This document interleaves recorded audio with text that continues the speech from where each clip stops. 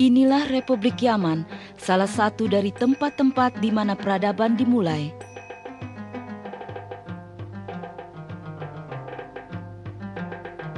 Yaman adalah kota paling selatan di semenanjung Arab. Negara tetangganya adalah Arab Saudi di utara dan Oman di timur.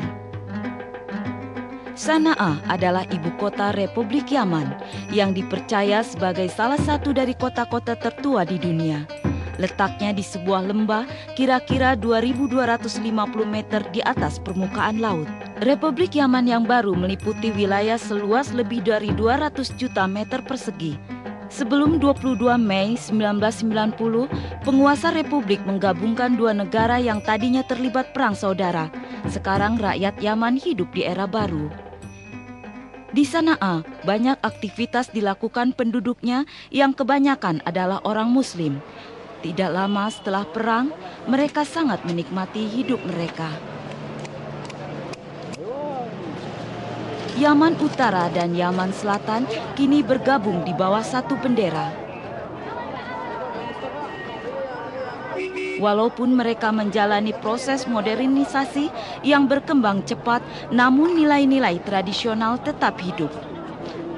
Pisau belati dengan lengkungan kecil yang disebut jambia, ini menjadi tanda kedewasaan.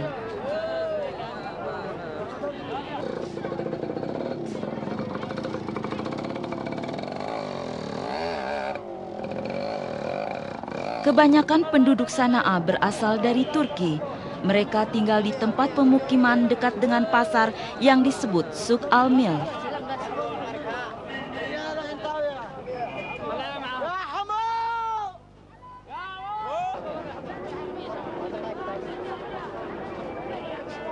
Di sini dijual berbagai macam barang.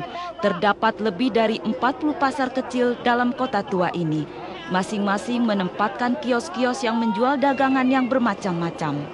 Suk Al-Mil yang berarti pasar garam dibuka dari pagi hingga larut malam. Peninggalan bersejarah masih dapat ditemui di dalam kota tua ini. Ibnu Khaldun, sejarawan Islam yang terkenal, mencatat bahwa Abraha, penguasa Yaman, telah membangun sebuah kuil yang sangat besar untuk menyaingi Ka'bah di Mekah.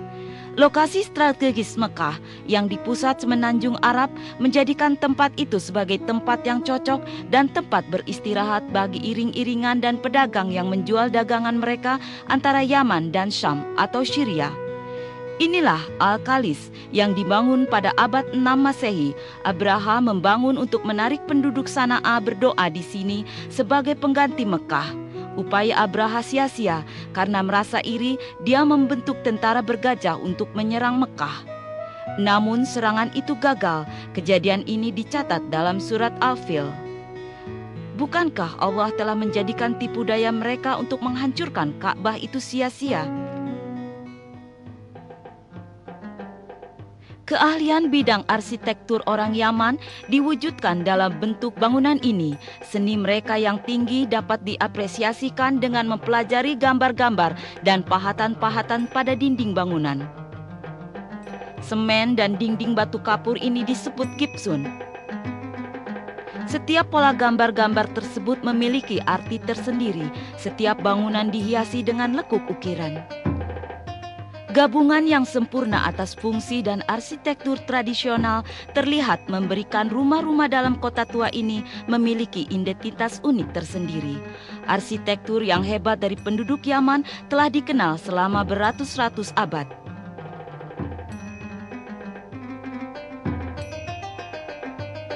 Generasi baru Yaman menyadari kebesaran peradaban mereka di masa lalu. Mereka mulai menghargai dan melindungi nilai-nilai tradisi Islam.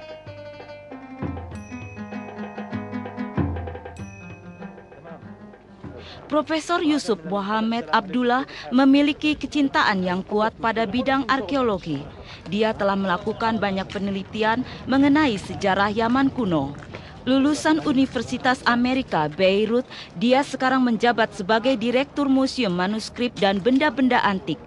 Seseorang yang terpelajar, disegani para kolehannya dan disukai penduduk setempat. A lot of things in Quran speak about the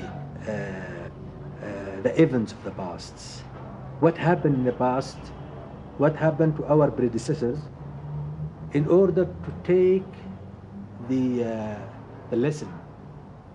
And you remember in Quran there are so many stories about the people who were in the past living in this universe and what happened to them, good or bad.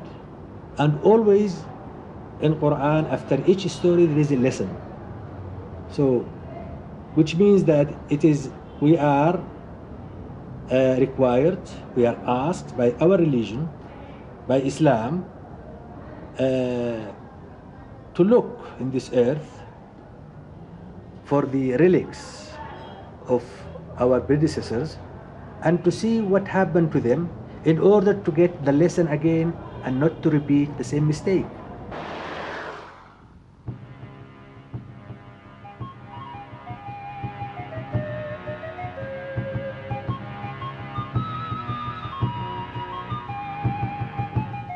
Pria ini adalah Muhammad Handal.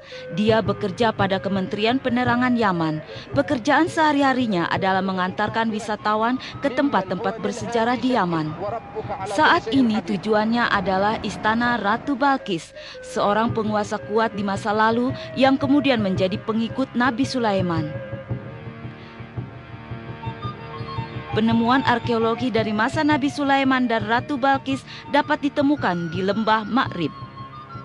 Sejarah Yaman berkaitan erat dengan peradaban Sabah. Ma'rib terletak kira-kira 175 km dari Sana'a.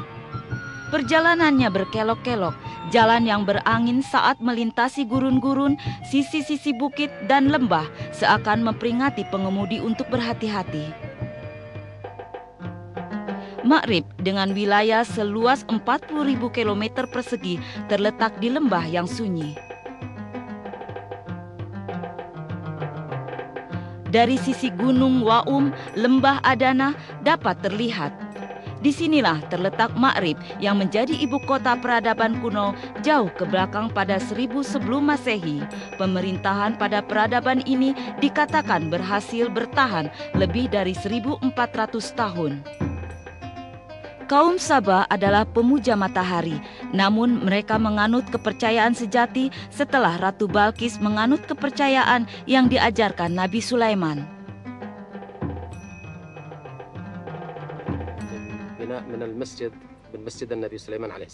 Ini adalah sisa-sisa Masjid Nabi Sulaiman saat ini.